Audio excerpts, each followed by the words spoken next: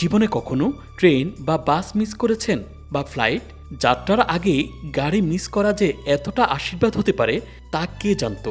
এটাই সেই মুহূর্ত যখন জীবনের সঙ্গে সময়ের পার্থক্য মাত্র 10 মিনিট।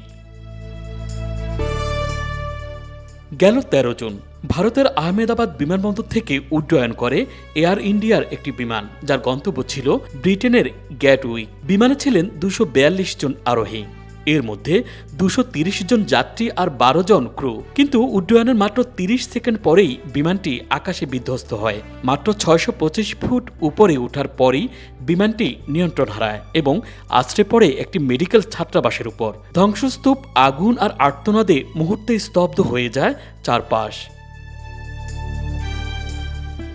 এ দুর্ঘটনায় এখন পর্যন্ত অন্তত 204 জনের মরদেহ উদ্ধার করা হয়েছে।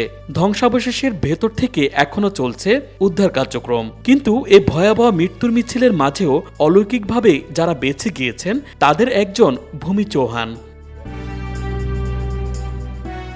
ব্রিস্টল প্রবাসী ভারতীয় নারী ভূমি চৌহান।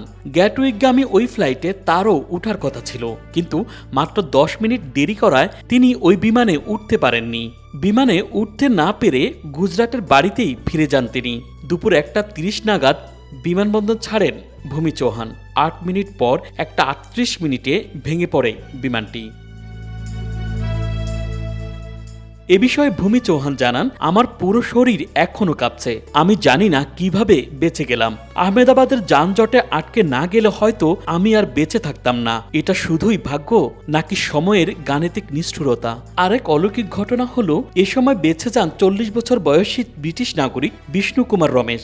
ঘটনা প্রসঙ্গে তিনি বলেন, উড্ডয়নের ঠিক 30 সেকেন্ড পর বিকট একটা শব্দ হয়। আমার মনে হচ্ছিল আমি আর বাঁচব না। বিস্ময়করভাবে সামান্য কিছু আঘাত নিয়ে ধ্বংসস্তূপ থেকে হেঁটে বেরিয়ে আসেন তিনি। জীবন আর মৃত্যু কখন কোথায় কাকে ছুঁয়ে যাবে কেউই জানে না। ভূমির মতো কেউ হয়তো 10 মিনিট দেরিতে পৌঁছেই নতুন জীবন ফিরে পায়, আবার শত শত মানুষ হয়তো সময় মতোই পৌঁছেও হারিয়ে যায়। এই ছিল ভাগ্যের এক নির্মম খেলা আহমেদাবাদের সেই বিধ্বস্ত আকাশে। জীবনের দাম সময়ের চেয়ে বেশি নয়, কখনো কখনো সময়ই জীবন। Dhaka Express desk report.